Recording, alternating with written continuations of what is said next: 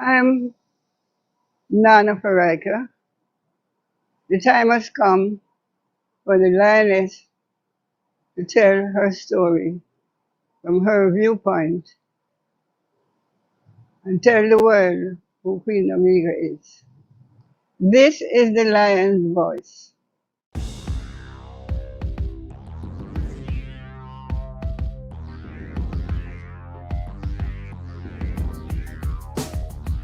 Well, lion voice, tell them that's the people first choice. Lion voice, make the lioness them feel nice. Lion voice, with the lion cubs we sacrifice. Lion voice, got to show the people them the life. Lion voice.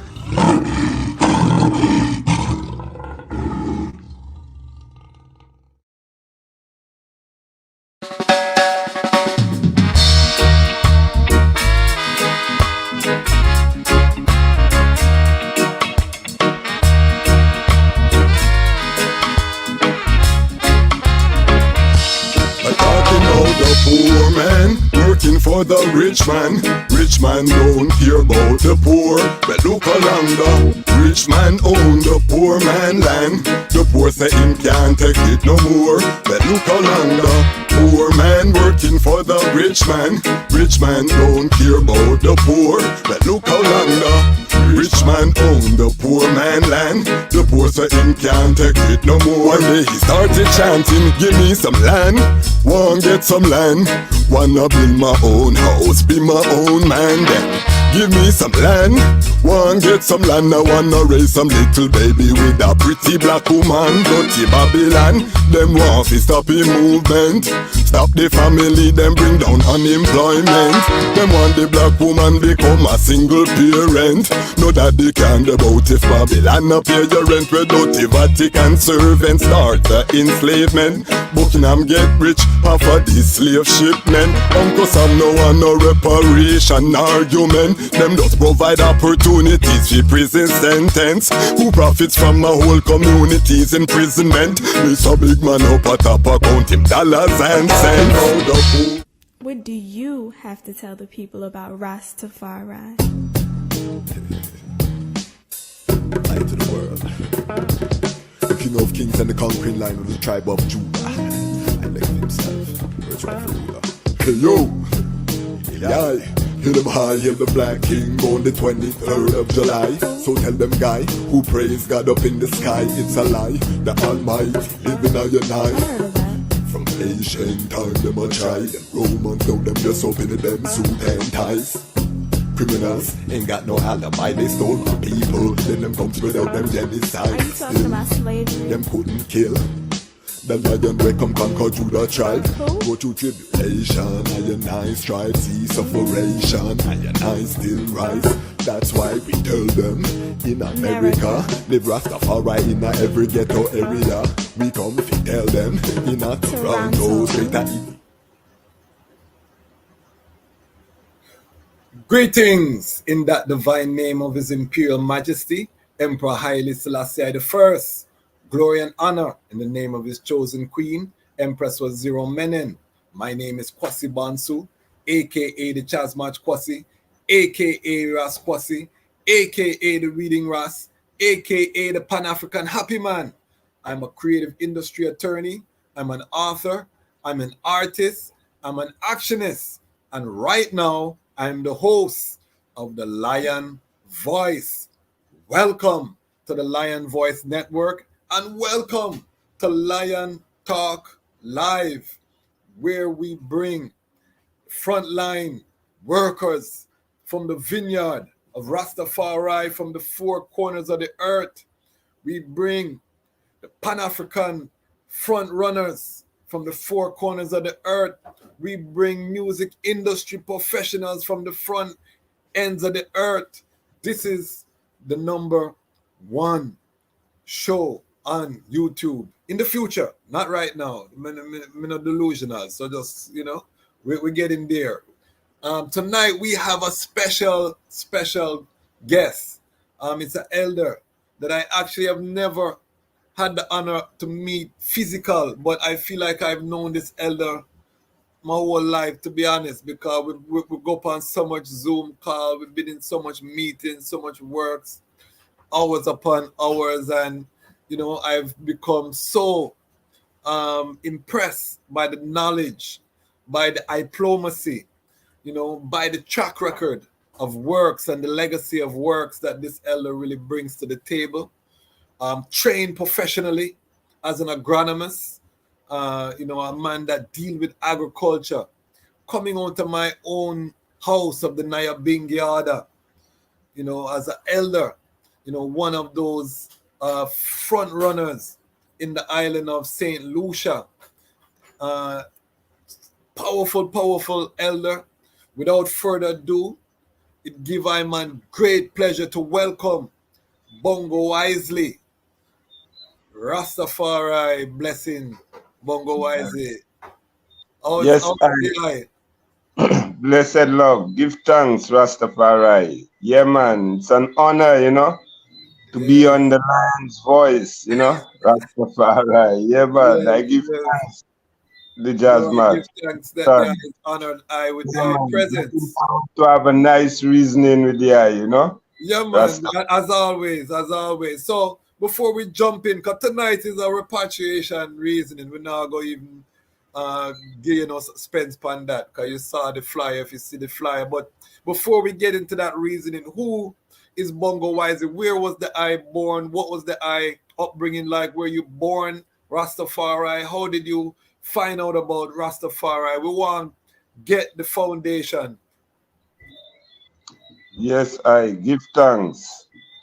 Yeah, well, Bongo Wisely Tafari was born on the 5th of July 1955 as Burnett Seeley in the village of Gruzile, that is the most northern village in St. Lucia. Okay, On the island of St. Lucia, I was born. I went to school in St. Lucia, from primary school, went to secondary school, which is St. Mary's College, which is one of the so-called highest prestigious school in the land at the time.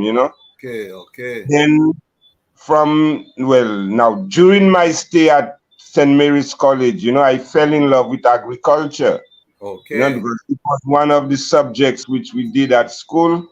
And from there, after I graduated from college, I got a scholarship to go to Jamaica to study more agriculture. And okay, it was in Jamaica. Well, when I left St. Lucia to go to Jamaica, Rastafari had already appeared on the scene in St. Lucia, you okay, know. But then at the time the kind of hostility, the way the system would describe Rastafari as though it's something where we should not even go near to them. okay. What Then year are we, we talking about? What year are we talking about? well, I'm talking about 1972, 73. Well, Okay, Rastafari first appeared in St. Lucia, I would say around 1969, thereabout, you okay, know. Yeah, I graduated from secondary school in 73 and then started working with the Ministry of Agriculture. And from there, I got the scholarship to go to Jamaica to study agriculture. And okay, it was in Jamaica, well, my first year, it was a coronation of 1974. Some okay. of the brethren, my classmates, tell me, man, let's go to a Rastafari gathering. The first time, I was, attending a Rastafari gathering. It was the 74. coronation of His Majesty, which was taking place at the Mona campus. And it Wow. was organized by the 12 tribes of Israel at the time. Okay, You know? okay. Yeah. And do you still keep in touch with anyone you met that night? Well, in terms of the officials, well, I participated in the ceremony. I didn't really go up Okay. to any of the officials as such. Yes, yes. I was just You're still a observing. spectator. You're a spectator Yes, still, yes. yes, But true. you say that left an impression on the eye. Definitely. And one of the reasons why it left that impression is because I grew up in a Eurocentric family home, Christian, Eurocentric Christian upbringing, you know, where we studied the Bible, we read the Bible and everything, you know. So I was okuwa with a lot of the Bible scriptures and so on. Yes. And attending the 12 tribe session, and I saw it's the very same Bible which they were using. Okay. So it hit me, you know. I said, but wait, Rastafari using the Bible. And then now listening to some of the interpretation of the elders at the time, you know, reading the scripture and, you know, explaining. Yes. And yeah, man, it really drew something in me, you know. Yes. Yeah, man. And from there I see, wait, wow. And I started looking at the scripture from a different perspective from then. And you know that the campus of the University of the West Indies is my birthplace. That's where I was born, on UE campus at the hospital there. So it's a powers for even hear the I block that sound, because you literally are talking about my birthplace, you know.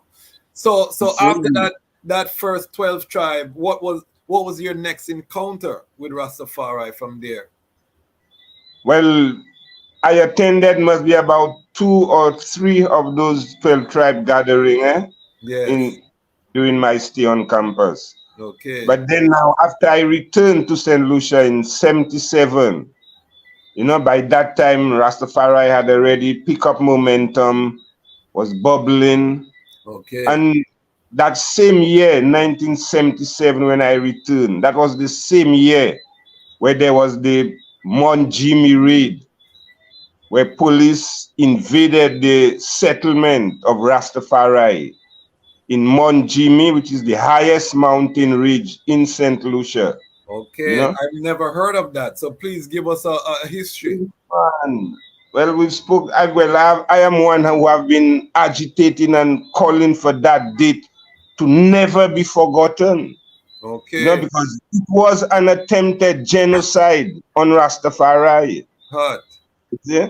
Similar to what happened in the Coral Gardens incident in Jamaica, and the Dread Act in Dominica, yes. You know, and yes, 1977, the 7th of September, 1977. You know, the police invaded up there again. They claim, well, I think they got a report that somebody stole some fruits from an estate, you know, and went up there, you know, so the watchman must have complained, and, you know, so they went to the police, and the police decided to go up there, you know, and I mean, it's not 2 police who went up there, it's a squad. Okay. You know? Yeah, and the destruction. Were they armed? Of course, my brother. Okay. Yeah, man, they brutalized Rastafari who they met up there, destroyed their plantation, destroyed their dwellings, and made a massacre of them, you know, brought how many of them back down in prison and so on. Yeah. Did anybody die? No, nobody didn't die as such from that. But the destruction of property, brutality, all of right. those took place. And you say that's never been recognized by the government. Well, no, we as Rastafari been always trying to keep that date alive within the memoirs of St. Lucia, you know, but no recognition as such, although, well, government has kind of given some kind of form of apology, but more towards the brutality against cannabis. Okay. You know, but the other brutalities because of our stance, our Pan-African position, you know. Yeah, all of that is things where the apology is needed, you know, and moving right now, forward. I'm noticing a trend because everywhere Rastafari set up villages that were self-reliant, these were destroyed by the state throughout the Caribbean. So when we look at the current economic status of Rastafari through the Caribbean, we would have to say that the state played some role, because if these establishment pinnacle, you know, in Dominica and the hills with the Dread Act, now you're telling us about atrocities in St. Lucia. So if these settlements had been allowed to mature and develop, it would have set an economic base for Rastafari that Give we would have thanks. been thriving to this time. So this is Give very thanks. important, and this is why the Lions have to tell their own stories. So I'm glad that the eye Okay. is able. And 1977 is the year I'm born, you know. So just to give you some Wow. context, you know, that was the year I was born. So Mystic. you Mystic. see, man, say the 2 sevens clash. We always hear about the 2-7 clash. So And what? the 3/7 clash. Because it's 7th of September 1977. Hot. 7. So And when you really look at it as September, yes, September is also 7, you know. yes, Sep. Yeah, Set. Yeah. yeah, it's supposed to be seventh Right. month. Yeah, It's a mystic Iowa. highly. And strangely, of late, CARICOM and the African Union has chosen September 7th as the CARICOM African Union Day. Okay. Give thanks for that sound. So, what was Rastafari like after this atrocity took place? You're just returning from Jamaica. You've been exposed to 12 tribe of Israel. You know, somewhat. Did you have locks at this time, or you still did not have any locks at this time? No, not yet. Not yet. Yeah. So the seed is in the heart, but it's not showing In yet. the heart. Yes. Exactly. So what was the next move now? This happened, the atrocity, you're coming back. What was your next move? Well, when I returned, you know, from Jamaica, well, although I didn't carry the locks, but I returned start wearing a tam. Okay. So when I first reported back to the office, to the Ministry of Agriculture, wearing a tam on my head and so on, the then minister, you know, look at me a kind of a way and what are you asking me? Why am I coming in the office with a tam on my head? Yeah. You know, at the time, I can't remember exactly what was my response, but I did not really take him on as such. Yes. No, but from then I realized, you know, because after I returned in 1977, I did not get employed until 1978, you know. Okay. I don't know whether it was something that was said and, you know, yeah, but they just ignore my, you know, because I came well qualified, everything with all my, you know, documents and so on.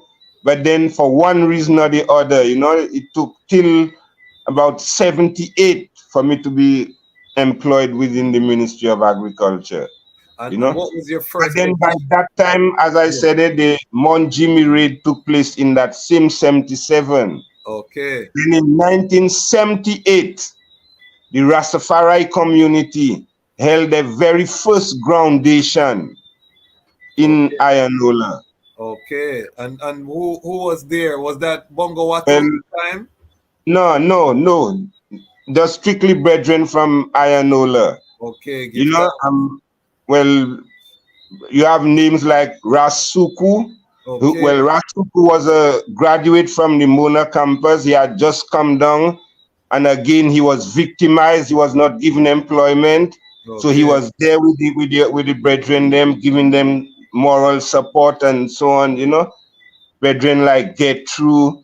You had people like Papa, you know, and you know these are some of the elders from the beginning. You know. We Wow. So really got the movement going. you They had used some the sisters as well, you know, with them, you know.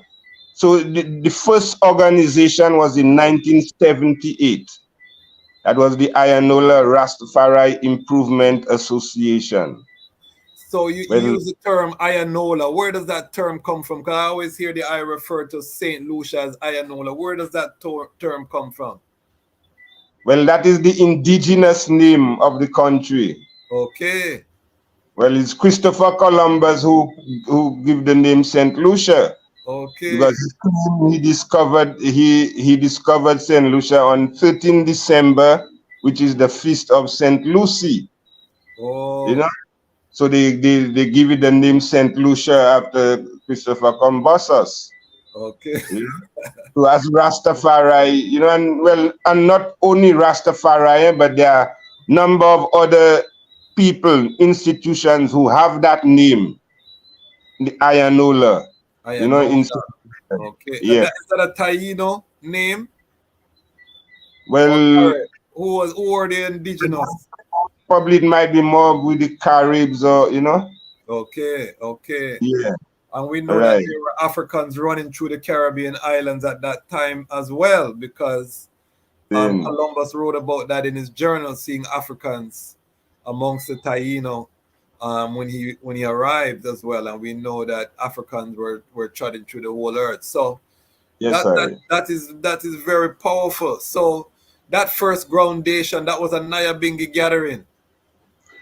Well, yes, because the sound, the wording Nyabingi was used as well.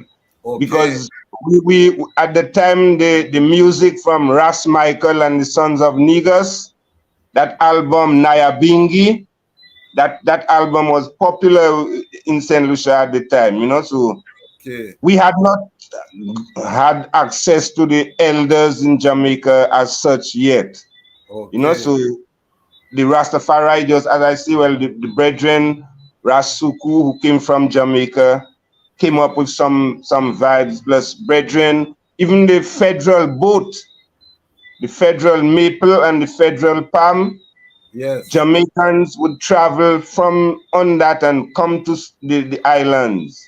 Okay. And that's where some of us first saw Rastafari. Okay, and we learned about that just recently from our interview with Ras Tafari, who told us about these two boats that were purchased from Canada, and they would go between the Caribbean. So Definitely. you also are saying that was a part of your reality at that time.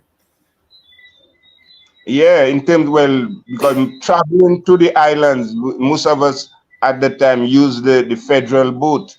Okay. Okay. Yeah. And as I see, Rastafari people from Jamaica use the boat to also visit the other islands. Visit the other And islands. so some of them started spreading the Rastafari culture as well. Plus, other people travel on the boat, went to Jamaica, got access to the levity as well. So the federal boat played a crucial role in disseminating the culture of Rastafari. We're finding that out here on the Lion Voice. I personally, that's my personal opinion. No. I am of the view that the leaders, the authorities, never continued that ferry service because they wanted to keep us divided. Okay. Okay. Yes. Because when by that time airline was introduced, and it was much more expensive and so on, whereas on the boat, people traveling, between islands, you could go island hopping, and so on from one point to another. So the Caribbean people was getting to know each other. Okay. Yeah. But then the authorities, realized, well, boy, if them people get together, we won't be able to control them. We won't be able to control them. That is the story. So yeah. Take us forward. Take us forward. Was the I attending that first groundation, or you only heard about it at the time? Were you able to attend? Well, no, I was not present. As I said, it so happened. I got my employment started in 1978, as I said. Yes. And it was that very same weekend. Okay. And I was being transferred to a region away from home. Okay. So the ministry, the government arranged, for transport to take me to the place, that weekend. And so I missed that groundation. Okay. But I heard about it and everything. Yeah, man. So what was the first position officially that you had with the government in the Ministry of Agriculture? Well, when I returned from Jamaica, I started as an extension officer, assisting the farmers, giving them advice, directing them in terms of the proper techniques and so on to use, to get better production. And then afterwards, I moved over to the research section where I went into surveillance, plant quarantine, pest control and them kind of things there. Okay, and And then that's where I remained. okay. So did you stay in research, or where did you end Yeah, up? in research. Yeah, Research. yeah. Powerful, powerful. So, when do you decide I'm going to put on my locks now and fully just embrace the outward appearance of Rastafari? Sin. Yeah, well, as I said, when I returned from Jamaica, Yes, 77, and as I said, I had to return home to my parents, yes, and that the Eurocentric Christian vibe, because I grew up in that, yes, yes, so during the week, I wouldn't comb my hair, but then on a Sunday, I would have to go to church, So I would have come out on the Sunday and, the rest of the week it would be rough up again. Now yes, it's yes, when I got my employment, yes. and then now I was transferred to a district away from home. That is where, I got the liberty to just Free up. dread up. Yes. Yeah. Natty Right. Congo, Natty Congo. Were you the first Rastafari employed with the government, or were there others before you that were employed with the government? Very good question. This question, we have been reasoning about that here. And yes, I think brethren have convinced me that I am the first one, who was Okay, employed mighty. with Yes, the history. dread. The brethren I mentioned, Suku, who came from Jamaica, Yes. he as I said, he was not given employment until after 1979. I think 79 there was a change in the government, and it's then he was employed. But So, I got employed in from 1978. Yeah, the so first one I just want the lion pride to know that we are talking to the first Rastafari brethren employed by the government of St. Lucia. So there is a walking history, you know. When we talking to Bongo Wisely Tafari, them to know that the eye broke down that door, because I'm sure they employed others after the eye, but the eye broke that door down through the powers of the king. And I love that the fact that it's in the field of agriculture, because agriculture is so crucial to I and I liberty. So I'm so elated to know that the I from in the 70s was working in the field of agriculture. And I don't know if the I know this, but of course the I would have been changing the perception of Rastafari, because I'm sure there was a lot of stigma attached to Rastafari in St. Lucia at the time. Um, and the I being a professional working with the government would have changed a lot of people's perception of Rastafari being as highly educated as the I was. Was there discrimination in your government job? How did you feel? What was the atmosphere working in the government in those early days?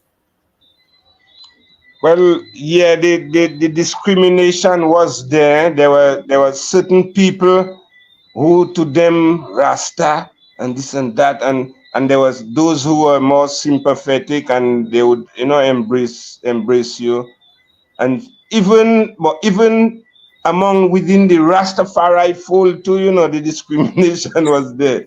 Yes, Well, a Rasta government, but a Rasta looking for government, and yes, so yes.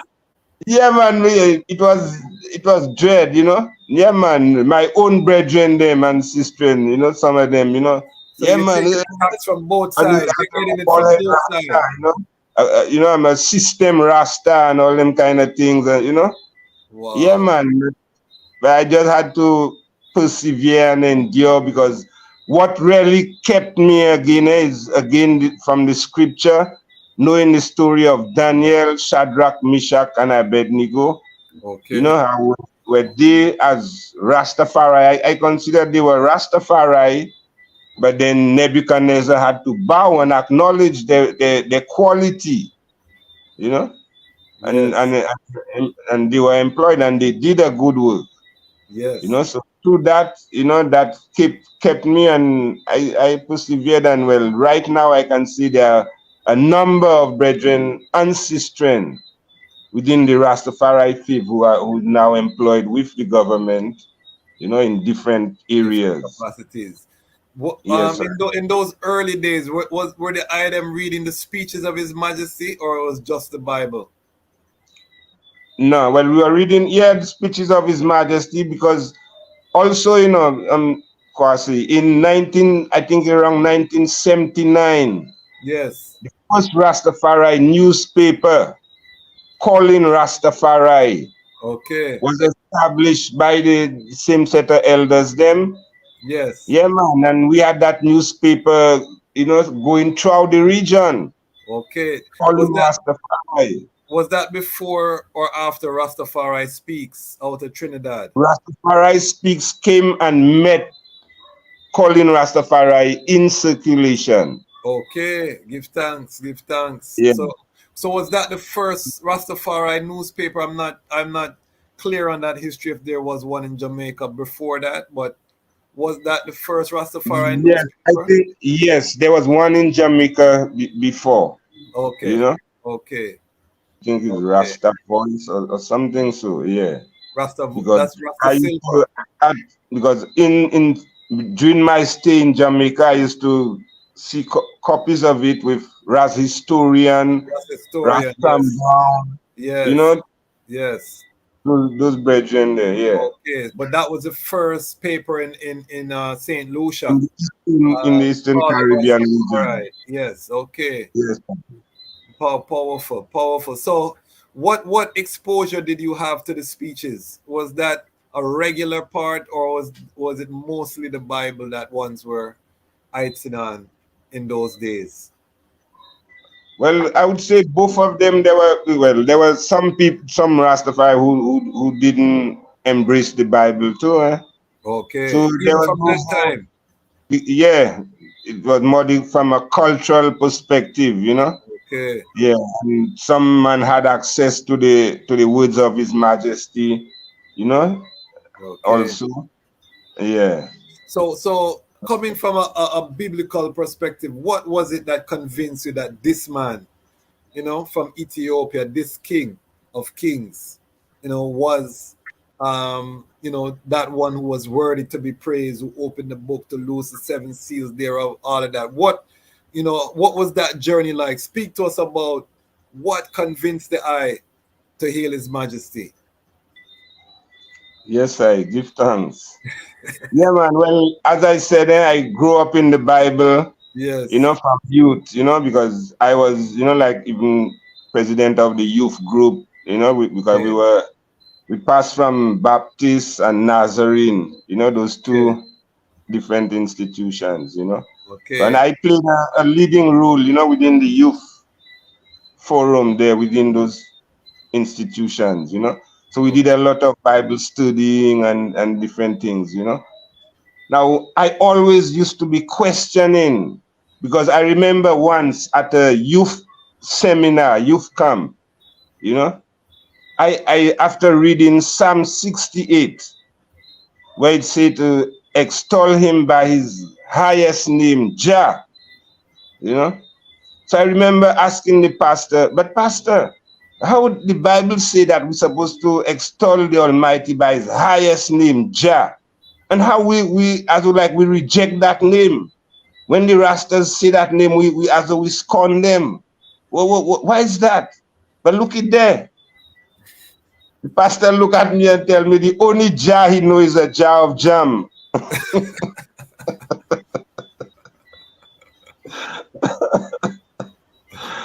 So from there, all of that, they start now, the convictions start growing, Okay. Yeah, man, it's something they're trying to hide, and so on, So and then, so then now, as I said, after I was transferred away from home, so then some weekends I would have come home.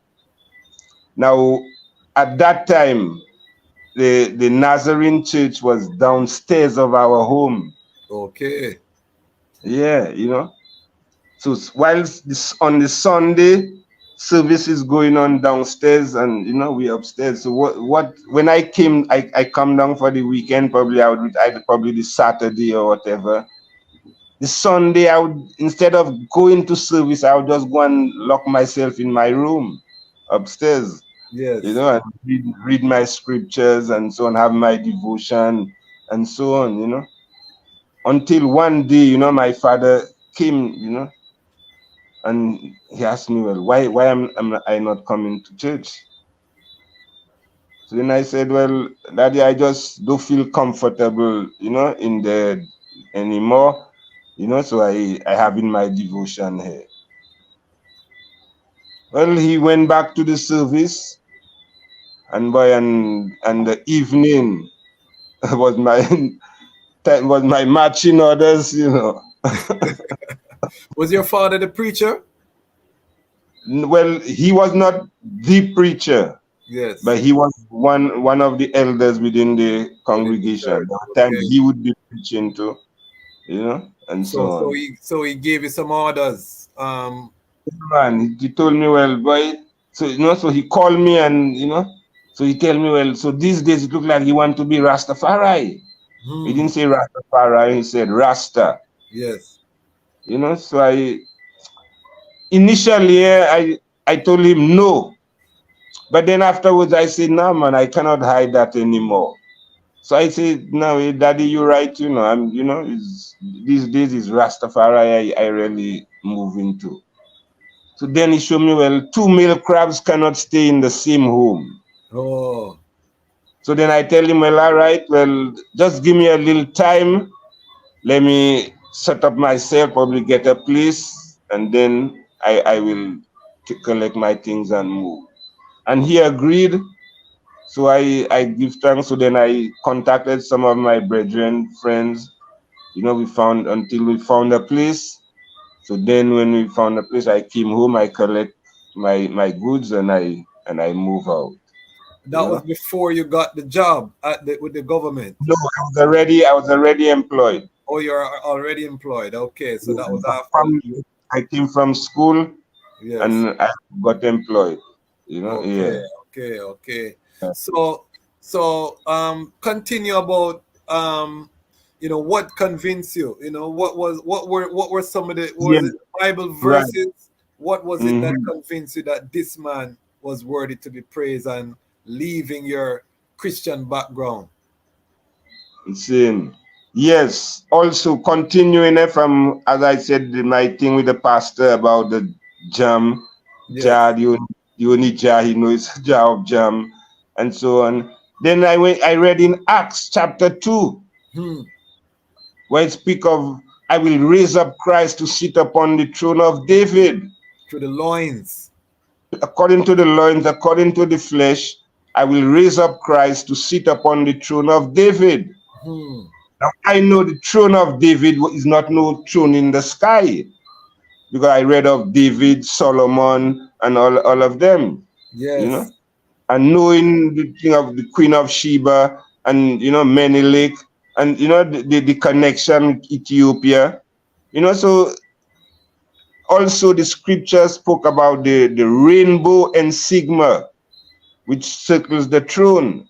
Now the rainbow and sigma is red, gold, and green. It have other colors, but these are the 3 significant colors. Okay. Whereas the throne in Europe was red, white, and blue. So right away I realized, well, the throne of David is the throne in Ethiopia. You see, so when it says, well, I will, according to the loins, according to the flesh, I will raise up Christ to sit upon the throne of David. And by that time, I was hearing from the elders that Haile Selassie is the returned Christ, Christ in his kingly character. Okay. So all of these things just mesh. Yeah. And by Christ, you're talking about the anointed one. You're not saying that he's Yeshua. The Redeemer, the returned Savior, True. Yeah, so all of these, and then my first visit back to Jamaica was in 1983 at the 83 conference, and I remember after the conference, I spent some time in Jamaica. Then I went by IRV's place in Westmoreland, Okay. you know. And I remember he had a nice cottage, you know, with kind of raised building, like them African building where you could take a ladder and go up to the top, and where you have your resting place and so on, you know. Yes. So I was resting in one of those. And in the night, you know, that night I got up to go and urinate. And as soon as I reached on the ground floor, there was just a lightning flash. Hmm. And out of the flash, there appeared the image of His Majesty with the Wow. crown on his head. Hmm. And as though that was just the crowning of, you know, of the vibe. What year Yeah, was that? What year was that? that was in 1984, I think. Okay. Okay. Yeah. Mighty. A Mighty. conference was in 83. Then I returned to Jamaica in 84, you know, and Okay. then I was there with IRV and them in Westmoreland. Yeah, Little London. I think that was the name of the place. Okay. Yeah, Powerful. man, and I got that vision of His Powerful. Majesty, you know, and that just confirmed everything. That confirm everything to the eye. Everything The that the lightning Almighty, flash. He is the Redeemer. So Seeing. so talk to us about now that you're firm in your trod. You talked about the conference. Where does the Caribbean Rastafari Organization rise from, or what was the beginning of the Caribbean Rastafari Organization? Seeing.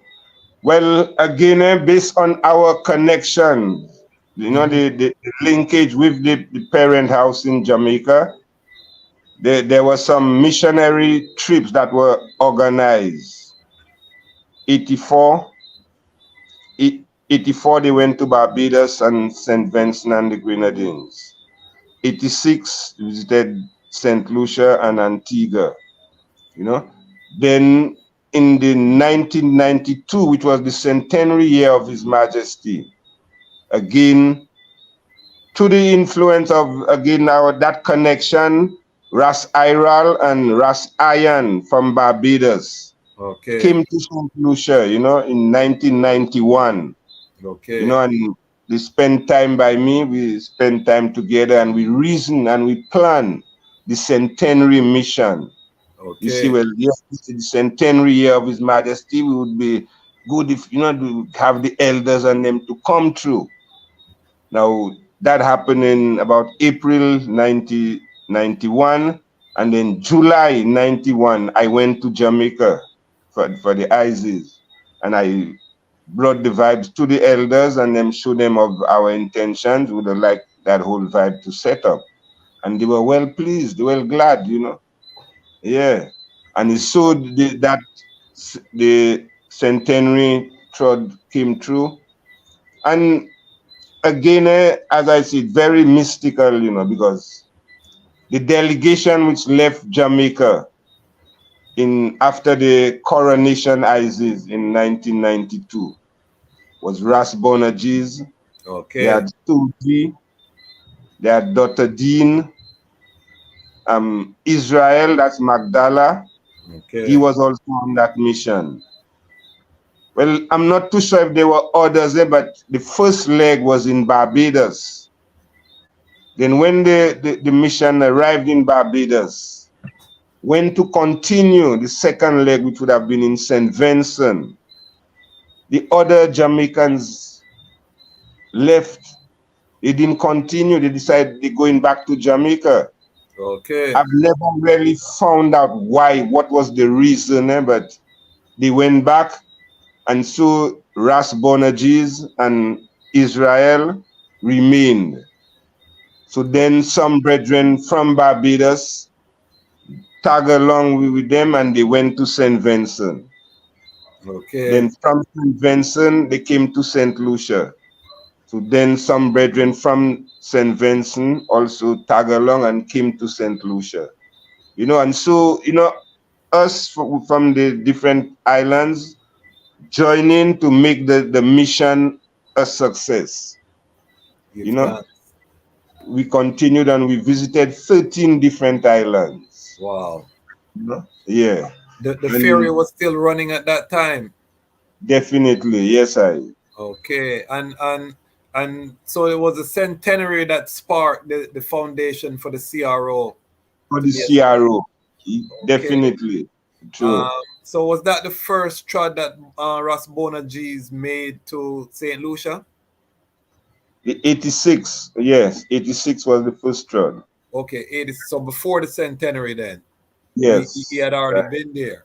Because I don't think a lot of ones know the significance of Ras Bona G's trod through the Caribbean. Can you talk a little bit about your experience with our, this is one of the foundation Nyabingi elders who brought forth the youth black faith.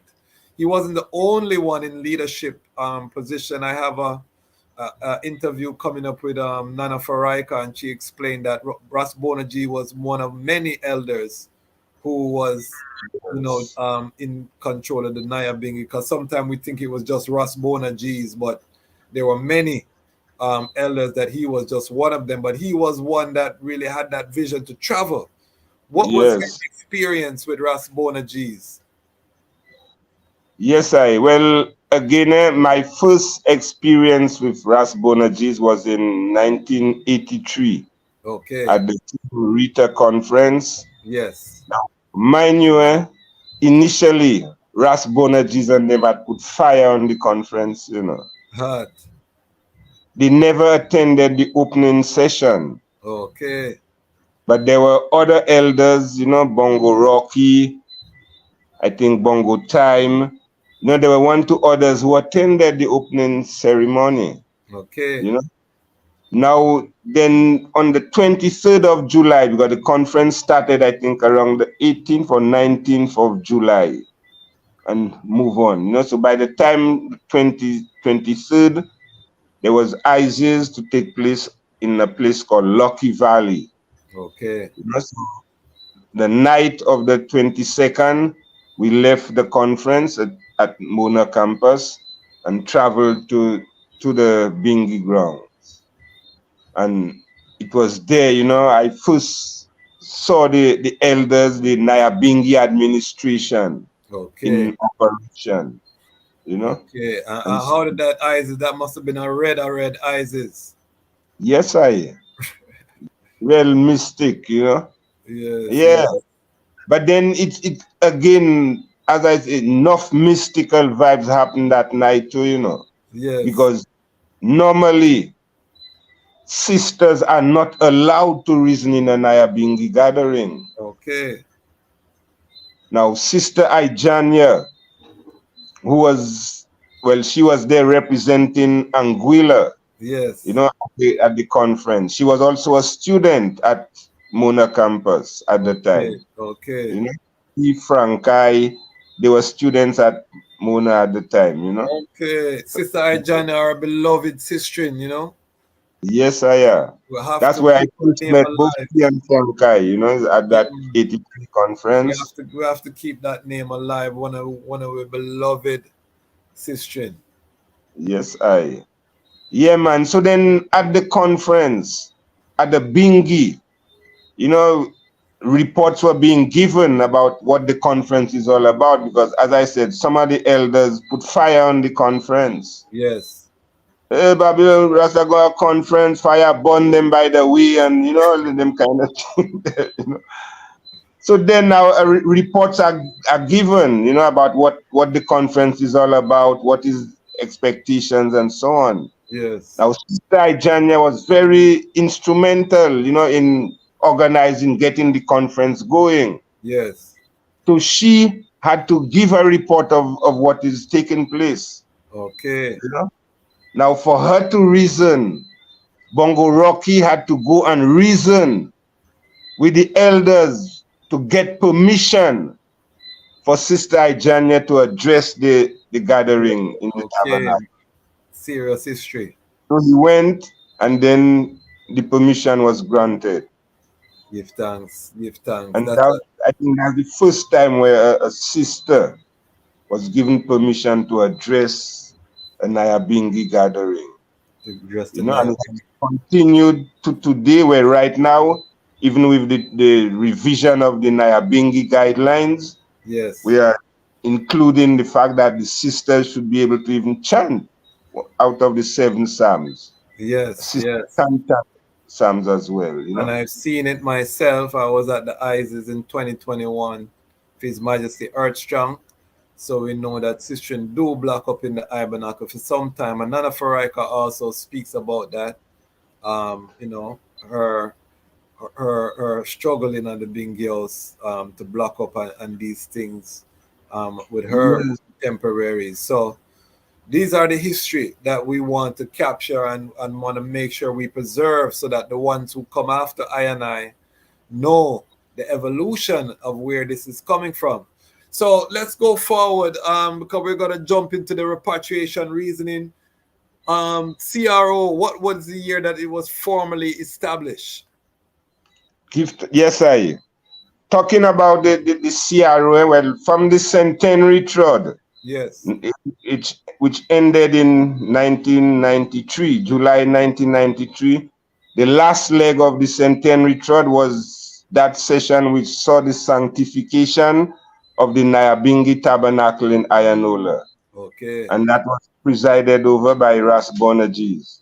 ISIS. Also, during that Centenary Trod, that was the time we broke the barrier again so that Rastafari could enter into Dominica. Because following the Dread Act, Rastafari was not allowed to enter. And during the Centenary Mission, we were able to get in contact with Rasman, Kasati, you know, Ghana and them, and show them of the vibe, and they were able to contact the government and permission was granted. And that was the first time Rastafari was 100 granted that years official after 100 permission. years, Yeah, the man. You know, so all of that unity, that strength, you know, is what brought us together. Because the conference, there was an international conference in 1997, you know, and at that conference, Barbados was asked to host the next conference, which would be in 1998. yes. So then the Barbados delegation at the time, there was Sister Ishiba, Sister Brother Iral, and family Ras Bongo Spare, you know, and probably 1, 2 others. But you know, so they decided that instead of doing it Barbados by themselves, they invited us from the other islands to join together to help host and organize that conference. Okay. So right there, we established the Eastern Caribbean Rastafari Working Committee. Okay. Now, that is also directives coming from the parent house in Jamaica, Jamaica. the establishment of those Nyabingi working committees. Okay. You know? And So that conference is where Ross Sam Brown passed away? Yes, I. Yes, I remember. That was when I was just starting to come into the trad. So I remember that very vividly. So out of the Eastern Caribbean Rastafari Working Committee, which was established, we met twice. We met in Trinidad in December of 97. And we met in Barbados in April of 98, you know, to finalize the preparations for the conference. You know, Okay. so then at the conference in 1998, we realized that we couldn't just remain as the Eastern Caribbean Rastafari Working Committee. So we upgraded it to an organization, and we said the Eastern Caribbean Rastafari Organization. Okay. So it was we, as the Eastern Caribbean Rastafari Organization, we hosted the conference in Barbados. Okay. At there, a declaration was made confirming the establishment of the Eastern Caribbean Rastafari Organization. Now, we realized that after the conference, the work of really getting the islands together has just begun. So we engaged on a series of what we call Rastafari mini summits, where we would visit the different islands. Due to the different contacts which we already have, would make contact with a brethren or sister and whoever within the island, and they would make the arrangement where a group of us would come, probably spend a weekend, have reasoning with the wider community, let them know what the whole vibe is all about, the need to organize and centralize. And so we were able to establish the different organizations, Rastafari organizations, and then in 2000, when we were having one of the summits, we got requests for membership from the French-speaking islands, as well as the Spanish-speaking islands, from way up in Puerto Rico and all those areas there. They wanted to become members of the Eastern Caribbean Ras Tafari Organization. So we embraced them in Dominica in 2000. And then we realized that the name should not remain just as the Eastern Caribbean Ras Tafari Organization. So from there, the name changed to the Caribbean Ras Tafari Organization. Give thanks. And that's how the name Caribbean. That was official in 2000. 2000, yes, sir. Okay. And then, what was the position in the Caribbean Rastafari Organization? Well, the first chairperson of the organization was Ras Iral from Barbados. The secretariat was in Barbados. Okay. The Barbados ICA, which is the Aichigaruganim Council for the Advancement of Rastafari, they run the secretariat. Ras Iral was the chairman, his Empress was the secretary. They had Ras Vincent, you had Sister Aishiba, you had Ras Iron. These were officers within the secretariat. At the time, I was chairman of the Agriculture Committee. Agriculture and Environment Committee. Makes sense. Yeah. Because during that time, we would organize, like whenever we have summits, the summit would organize like different little workshops. Okay. Whether it's on agriculture, Sister Ijania would do subjects like conflict management, how to run an organization, because she was skilled within those areas. Very skilled. There was brethren like Ras Bobby who would come with herbal treatment, herbal medicine, educating us on the importance of herbal medicine and, things of that sort. So, so that's what really brought the love together, within what is now the CRO. And this year we're celebrating 25 years. Wow. Mighty, yes, mighty. Jamaica has never really been very active in the CRO. What do you think is the reason for that? Or is there a reason for that? Well, again, when even from the time of the 83 conference and even up to the 98 conference in Barbados, Jamaica had the RCO, Rastafari Centralization Organization. Ras De Silva was the chairperson, and it must be the RCO was like a mentor for us within the Eastern Caribbean island. Okay. So we look up, because we all acknowledge Jamaica as the parent house when it comes to Rastafari runnings, So it was our intention, as I said, we started as the Eastern Caribbean Rastafari Organization. Yes. But then the RCO, I don't know what happened. I think upon the transition of Ras De Silva, it seems to have gone down. Then by the 2000 coming up, the Millennium Council came in. Yes. Now, we were of the expectation, that the Millennium Council will be that kind of all-inclusive umbrella kind of organization. for Jamaica, you know, because we Yes. were hoping that by the time Jamaica come, then they would become part of the CRO to make it the wider Caribbean Wider region. Caribbean.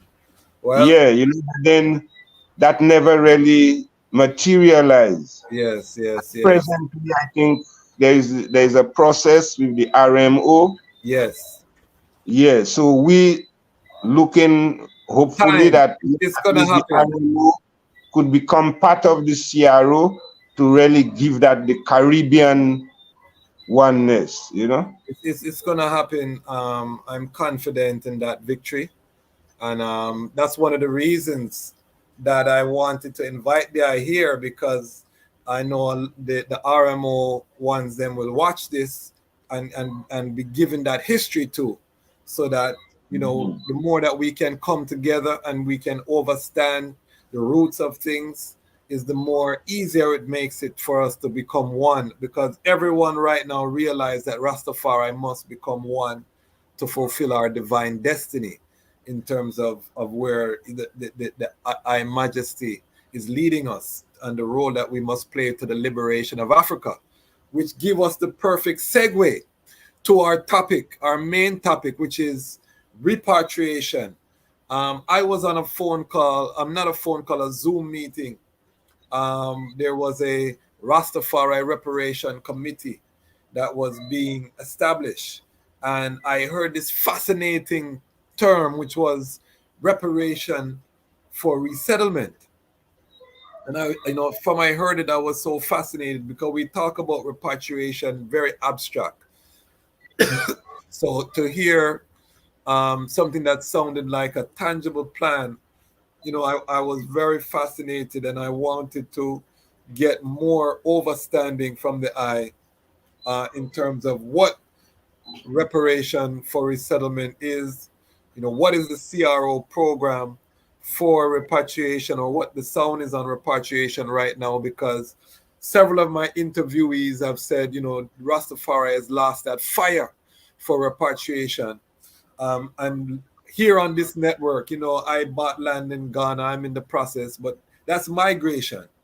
Um, that repatriation, which, prophetic government to government, returning of the captives, what is the ISONA on that?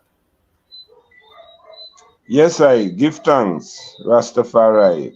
Well, as it is known, globally, Rastafari has always been agitating for repatriation with reparations.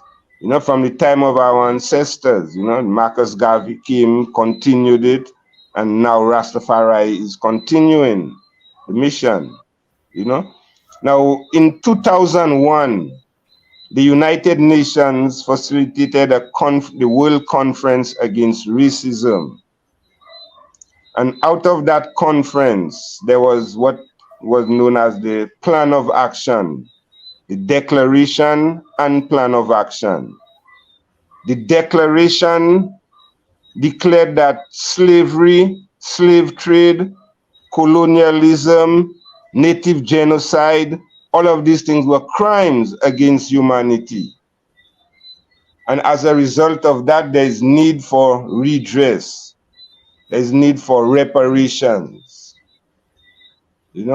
Now, within the plan of action, there is one of the chapters, one of the paragraphs, which speaks to the welcome in terms of the modus operandi of redress. One of the ways is to facilitate the welcome return and settlement of African descendants Okay.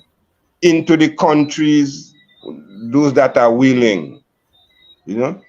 Now, hearing that, we realize, well, boy, this is something that needs to be well structured. Yes. Now, when it comes to repatriation, it's not all Africans in the West are interested in repatriation. True. Even not all Rastafari are interested in repatriation.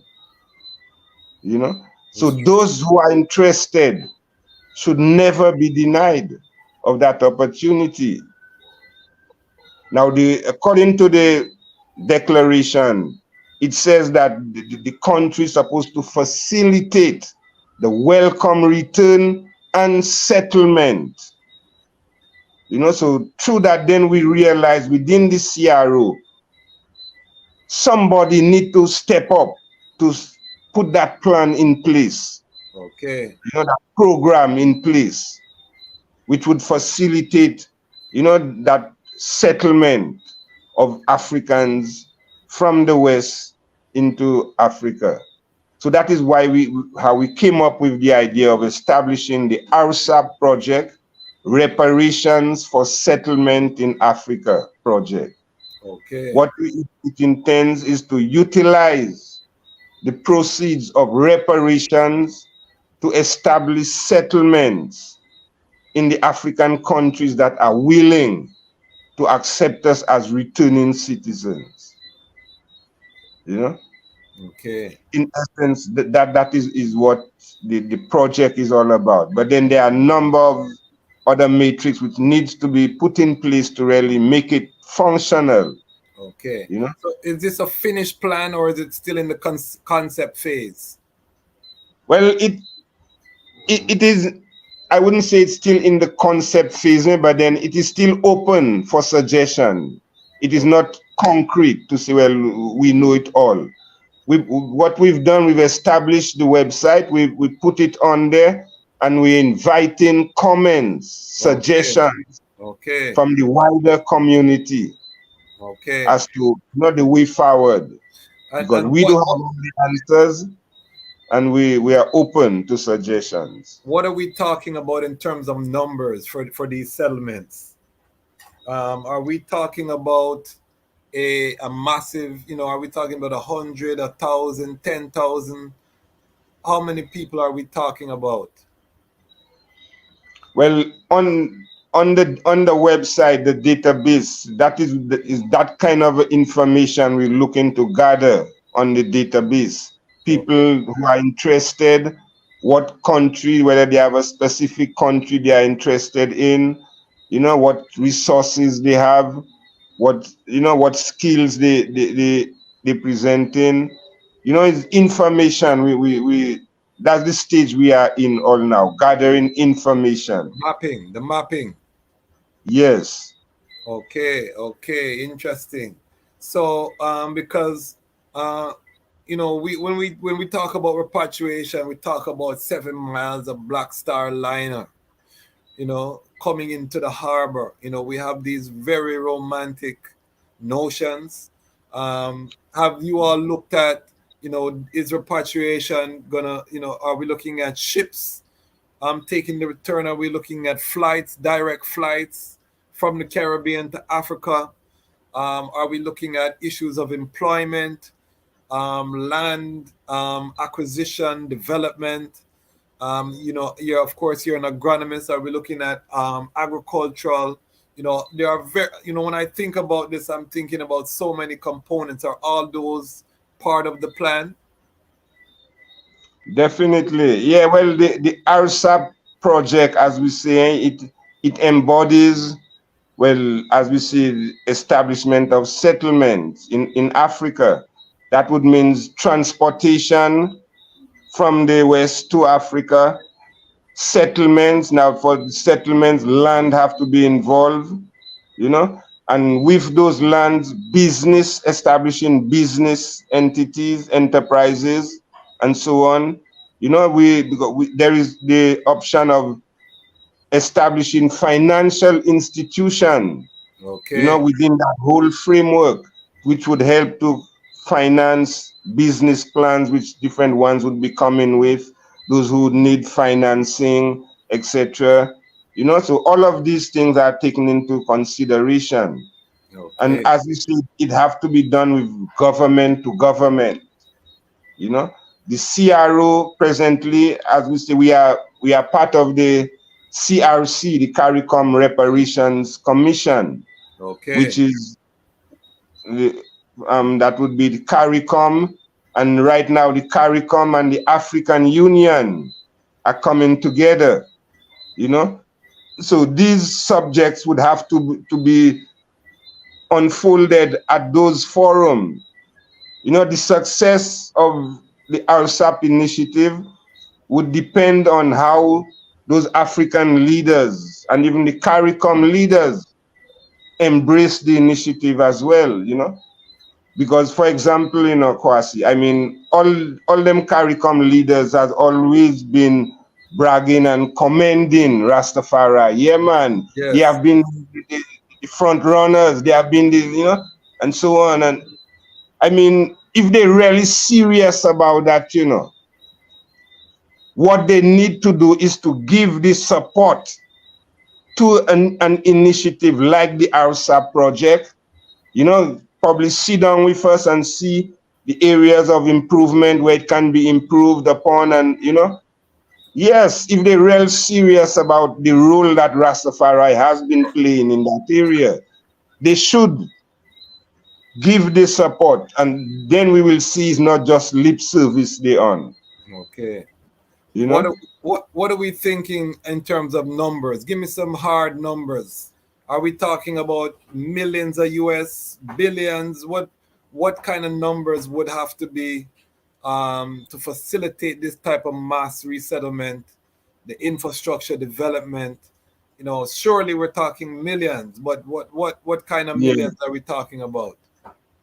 Well, again, those settlements might be in different states, different African countries. Yes. You know, so needs assessment would have to be done, financial assessments, you know, a lot of research would have to be done, you know, to really come up with those figures, you know. And So I honestly, I can't really of give course, a figure. Again, it all depends on the number of people interested in repatriation, you know. so that's the Our stage. the way we vision it is that we are hoping that even the different countries would be able to establish what we would refer to as repatriation centers, where Okay. probably, like, for example, a Nyabingi center can be utilized, you know, for, say, like, for example, in St. Lucia.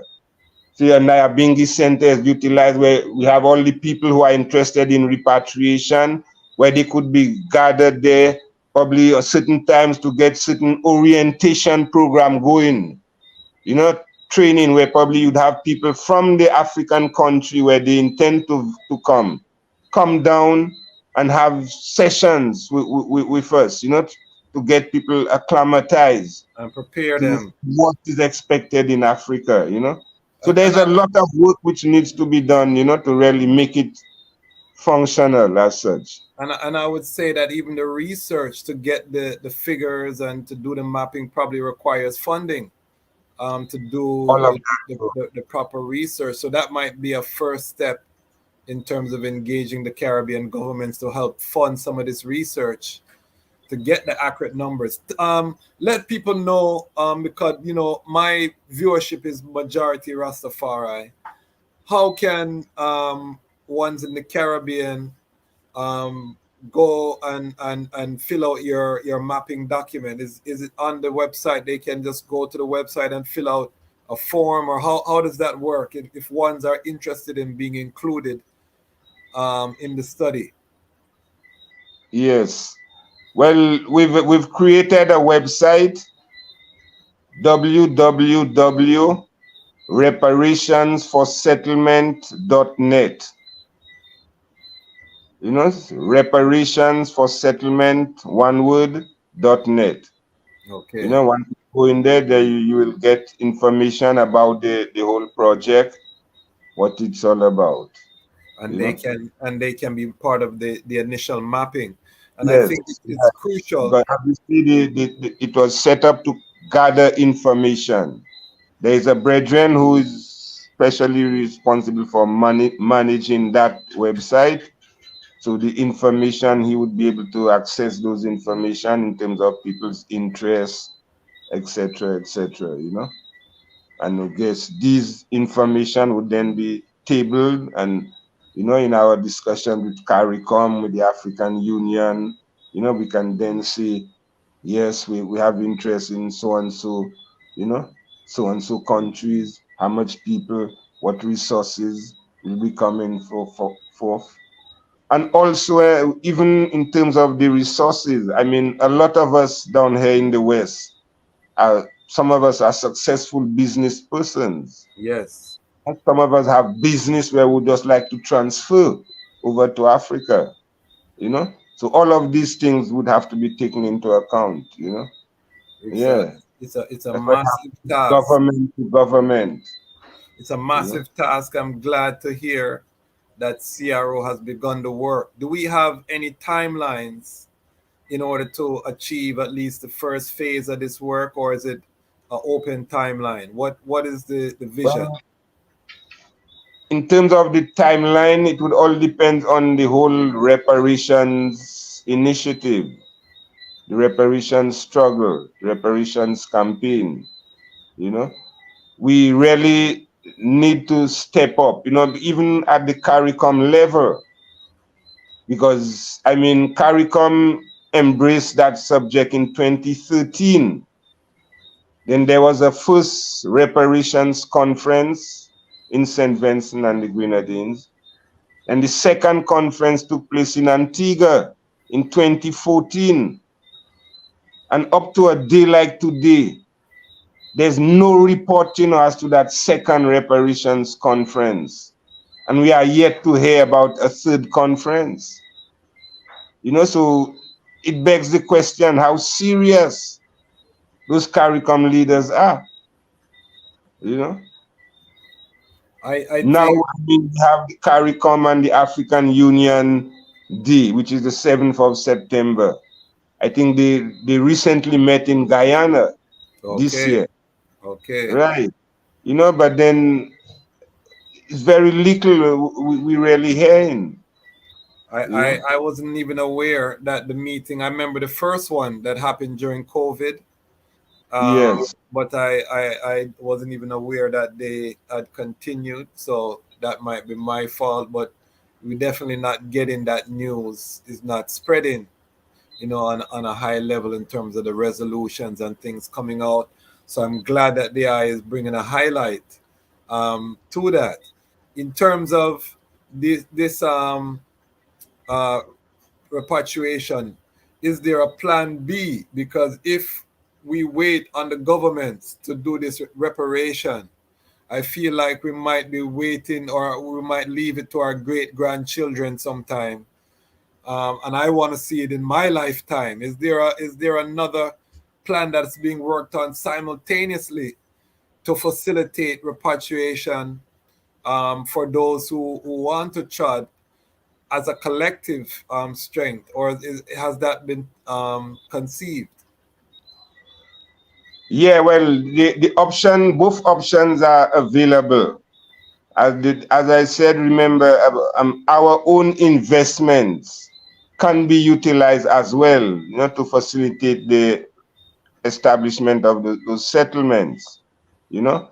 So in terms of the plan B, if the reparation thing is dragging and there are groups which can come together, raise their finances and so on, get the support from the receiving country, meaning the country in Africa who would be receiving us, because I mean, the land establishment is very crucial in establishing a settlement. We must have land.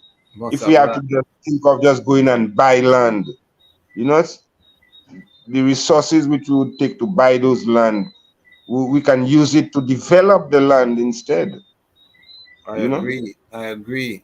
I think it's very crucial. I'm looking at 2030 as a very critical date.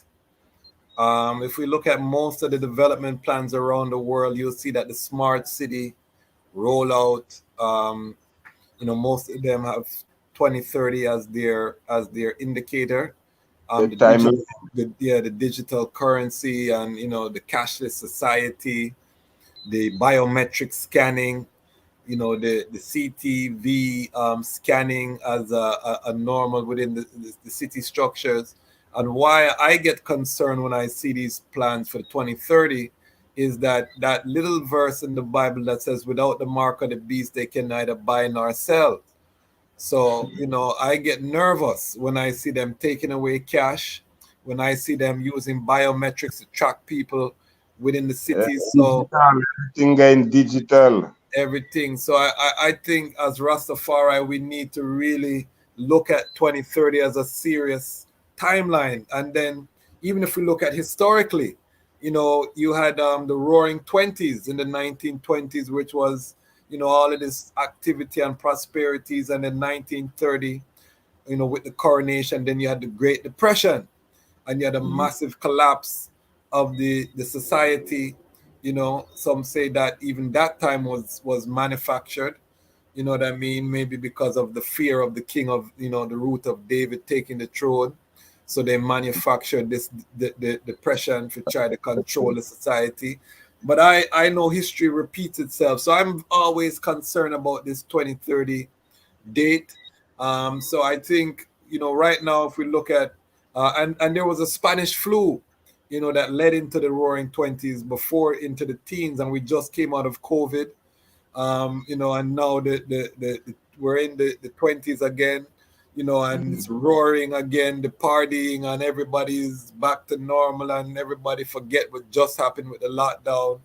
So I am very concerned. I've been telling my brethren and my sister, we need to be very diligent and not get comfortable, because the lockdown should have been a wake-up call for I and I as to what can happen, because we were caught off guard, I think, as Rastafari. We warned them that Babylon, the door would close in Babylon, and the door closed, and we were right behind the door. How do I feel? How do I feel about about these things? I'm just sharing my personal thoughts. This is not an official position of any Rastafari organization, but when I have my elder here, I have to share. Honestly, I'm on feeling to get your sound. How do I feel about it? Yeah, well, again, these things, as this is prophecy fulfilling.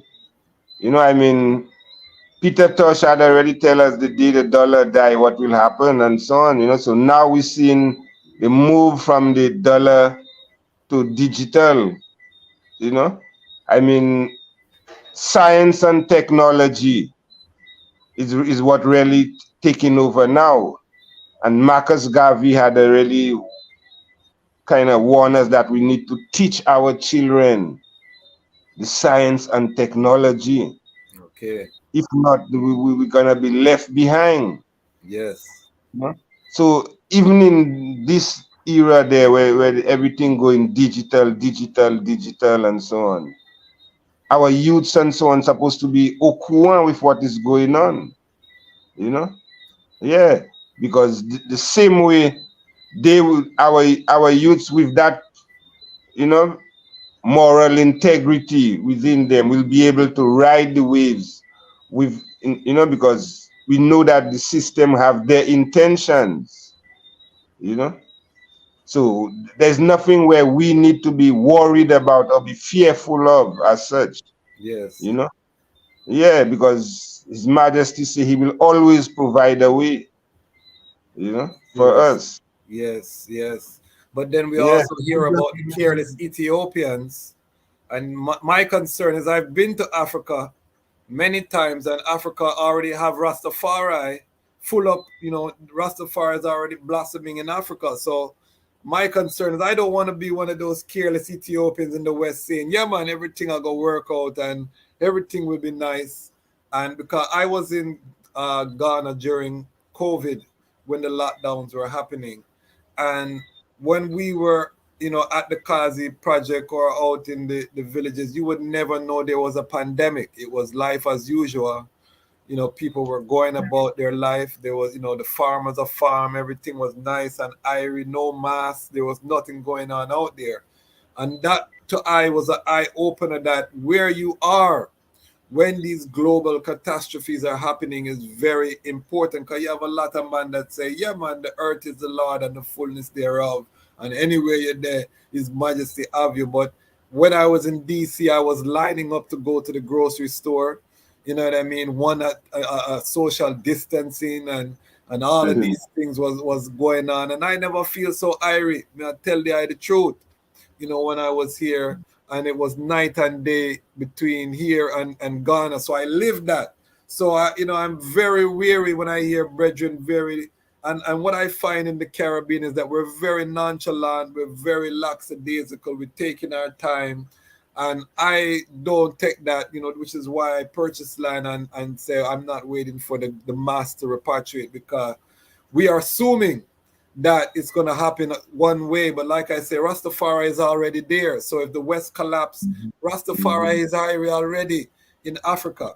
And that is one thing I think brethren and sisters need to really overstand in the West, is that we need to get our act together with some diligence, because there's no man know the hour nor the minute. No man know how this thing is going to unfold. We can fool ourselves and feel very confident, but at the same time, if I told ones in 2019 that the earth, the entire planet would shut down, no air travel, no this, no that, ones would have told I was a conspiracy theorist and that I watch too much movies and all these things, and we see it come down very suddenly. You know what I mean? So these are my I and I concerns. So I'm just sharing that with the I, as the chair of the CRO. I've been sharing this with the RMO.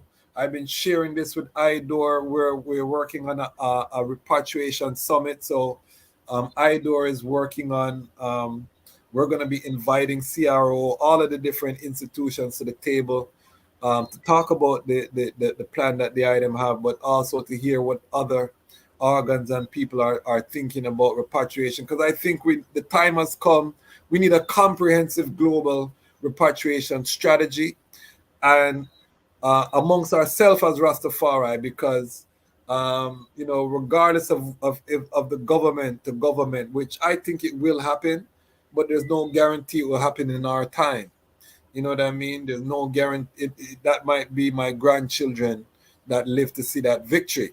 But for our time to spare I think we need a plan in the immediate, because the Bible speaks about the revelation, the angels who stood with the plagues to unleash these plagues upon the earth.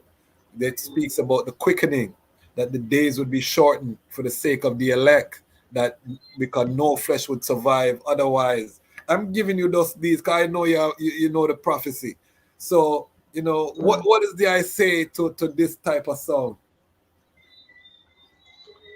Yes, well, again, even with repatriation, in terms of a proper definition, Yes. there are some people who see repatriation just as a physical move. Some people see it just as a spiritual move. They can be right here and they still tell you they are repatriated mentally.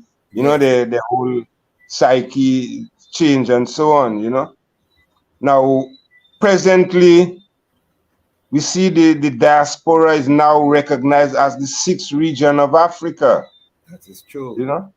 Now, meaning that Africa is now coming to us. Yes, that is true. So even because there were brethren, Rastafari brethren, who tell me straight up they're not on no repatriation thing. Yes, and so on. I know But that. look, I tell them, and look right now, well, the diaspora is part of Africa. You see? So sometimes we have to even rethink the whole method of repatriation. There are those who physically want to resettle on the mainland, and there are those who probably just want to go and come, do business. Yes. So all of these things will be facilitated, because again, with the science and technology, you can stay here in the West and have a business running in Africa. You have your representatives there and so on. Occasionally, you take a visit to go and come. The same way the Africans can stay there and have business running in the West. As well, the unity is coming closer. So all of that will change our method of thinking repatriation. Now, as the I mentioned of, fears of the system and so on, we know the intentions, because it's recorded in the Bible how many times they've made attempts to derail, the plans of the Almighty, but the Almighty say, well, no, they may prosper for a time, but eventually good must overcome evil. You see? So I also tell us that he will provide a place for us where we'll be safe from those calamities. Yea, though I walk through the valley of the shadows of death, and I fear no evil. So Babylon will be doing all their dirty, destructive works out there, but I will be well protected. So there's no need to be fearful. We just have to remain focused, make sure that we're not involved in no idleness or no slackness or no negative energies or things of that nature. Because it's the environment we have to keep in tune with. And that's where our protection will come from. We asked the question: do we have food and water security to be independent of any government foolery or trickery or population control agenda? Do we have, as Rastafari, can we sustain ourselves at the present? Well, presently, I will not say yes, we are secure, but then we are aware of the need for food security, food sovereignty, all of these things. These are high on our agenda. So even within our settlement programs, these things would definitely, be highlighted. We in the West, as I said, we've acquired the technology and so on, but Africa has the land space where we can go and implement a lot of what we've learned in the West, which would enhance our food security, enhance our whole standard of living. And I want to just let the ones them know that Bongo Wisely is one of the elders that we had reached out to establish a ITAL certification standard. As a renowned agronomist, we have other, renowned Rastafari. This is one of the projects that we're working on with Bongo Wisely, just like how the Jewish have their halal and they have their kosher standard and the Muslims have their halal standard. We are confident that Rastafari should have an ITAL standard that would distinguish our products on the market. I have a question here from a brethren who's asking, who's this repatriation coming from? Do I want to answer that question? Who is the repatriation coming from? Well, again, as we stated, from the World Conference Against Racism, which was organized by the United Nations, which declared that slavery and all of these things were crimes against humanity. And there is need for redress. So the redress have to be coming from the colonizers. Okay. So in the case, but then again, as I said, we're not depending only on that. We in the West, a lot of us, as I said, are successful business people. So our own business plans could be incorporated within the whole settlement establishments as well. Okay. So it's a two-pronged approach in terms of the government and then even there may be other countries who might be willing to assist us as well. All of that would be welcome. Yes, because there are a lot of skills in the Caribbean, and there's the complaint about brain drain. And then with the African countries, Africa needs brain gain right now. Brain gain, because we have yes, all of these. And we the heirs of the Africans, the cream of the crop that was taken away from Africa. We, the descendants, are those, to really bring back, even fulfilling, as His Majesty said, Africa awaits its creators. Yes. And we in the West, the cream of the crop that was taken away. We've consolidated, we've studied, we've built ourselves. Now is the time for us to return to that Africa can return to its ancient glory. But then there are a number of obstacles in our way. Yes.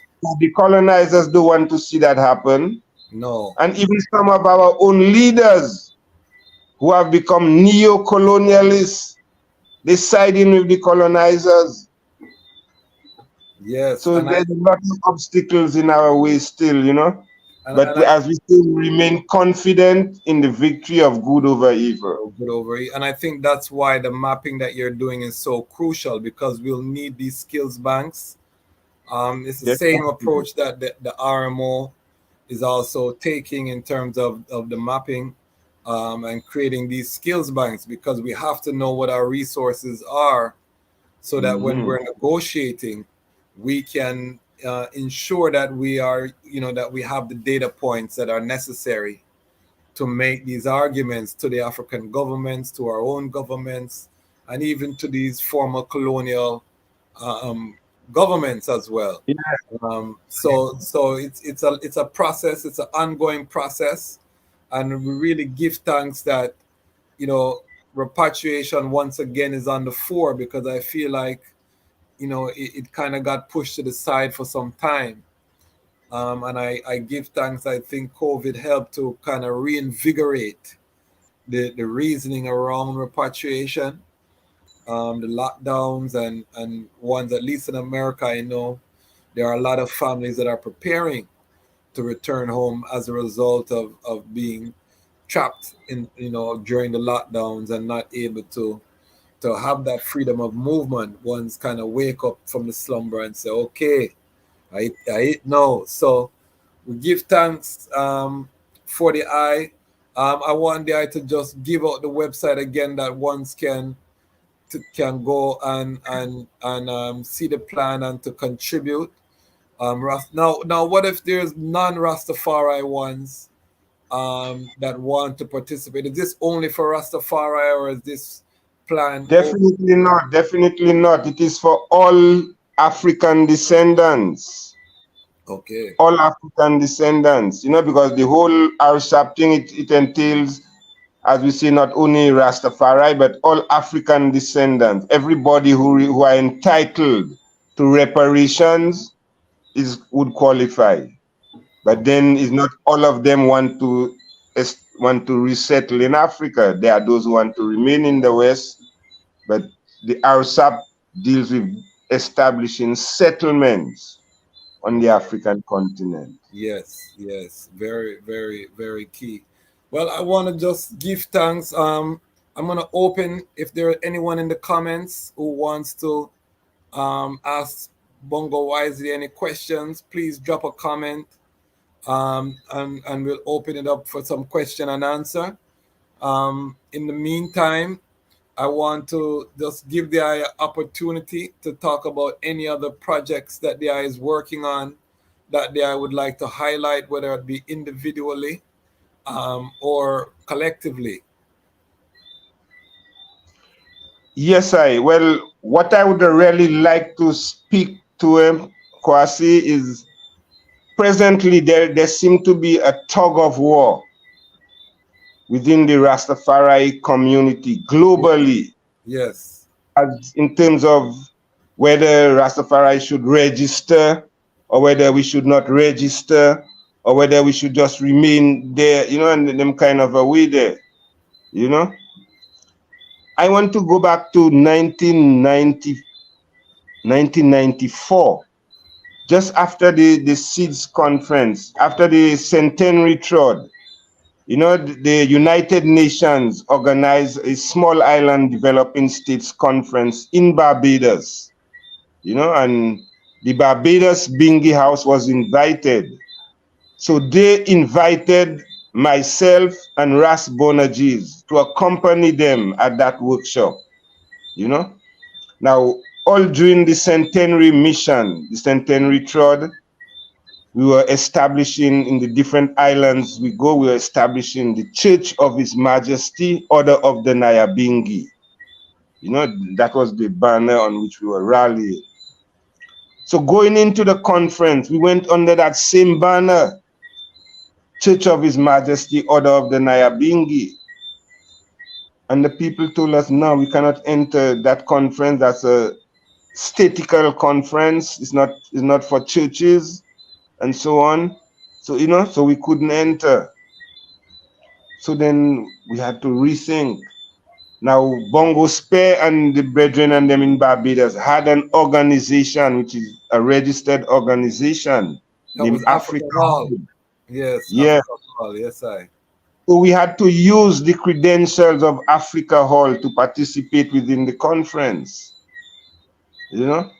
So at the end of the conference, Bongo Watu said to I and I, when we return to our communities, make sure we go and establish registered organizations like the Africa Hall so that we could take this work further, you know. And that is what, you know, really led us to really register. Even when we set up the CRO, that we say it had to be registered. And then we know the fight which we went through, you know. Now, the CRO is a statical institution. It's not a church as such. Now, in St. Lucia, the Nyabingi House, within the Nyabingi House, we had the working committee. Right now, the working committee has been registered on behalf of the Nyabingi House. Okay. You know? So, brethren, because there was a petition coming against, you know, registering the house and all them kind of things there, you know. I mean, brethren coming from the background of, from the beginning, where Fireborn organization and all them kind of things, you know.